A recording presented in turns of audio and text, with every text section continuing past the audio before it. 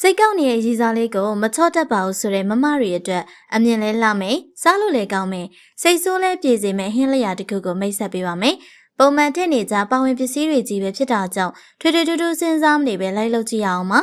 အရင်ဆုံးသေချာချစ်ပြီးတော့ပါရှက်နေပါတယ်ဆိုတဲ့မုံလာဥနီတွေကိုရင်နွေးပူပူထဲမှာ9မိနစ်ကြာအောင်သေချာပြုတ်ပေးလိုက်ဖို့လိုပါမယ်